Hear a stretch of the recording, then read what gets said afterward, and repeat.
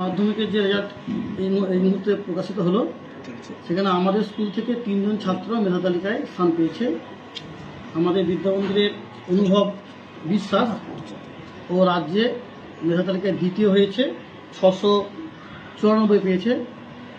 আর অষ্টম স্থান অধিকার করেছে আমাদের বিদ্যামন্দিরের 2 জন ছাত্র, এক হচ্ছে সৃজন প্রামাণিক আর অরিত্র সাহা। এরা 688 পেয়ে অষ্টম স্থান লাভ করেছে। কতজন পরীক্ষার্থী ছিল এবার আপনাদের স্কুলে?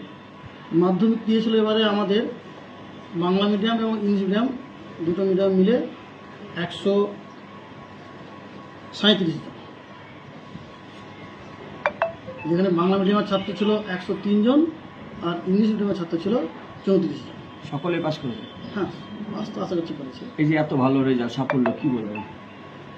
এটা ছেলেদের সারা বছর ধরে তারা পরিশ্রম করে এবং তাদেরকে ঠিক যেমনভাবে বলা হয় তারা সেটাকে ফলো করে। আর যথেষ্ট তারা সচেতন, সিরিয়াস। ছাত্র, শিক্ষক, গার্জেন সকলেই ছেলেদের পড়াশোনার বিষয়ে খুব সচেতন। যার একসঙ্গে বলতে পারি সামগ্রিকভাবে সকলেই খুব সচেতনভাবে পড়াশোনাটাকে নেয়, তারই এটা ফল। আমরা যদি দ্বিতীয় স্থান অধিকারী অনুভব বিশ্বাস, সে তো এখন দিল্লিতে রয়েছে। হ্যাঁ, অনুভব বিশ্বাস ও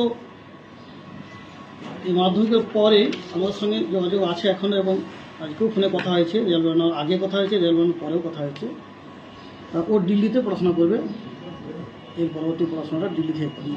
বর্তমানে ওখানেই রয়েছে। হ্যাঁ, ওর বাবা কর্মসূত্রে দিল্লিতে আছেন, এবং সেই কারণে একটা দিল্লিতে থাকার একটা এবং পড়াশোনা করাটা আকাঙ্ক্ষা।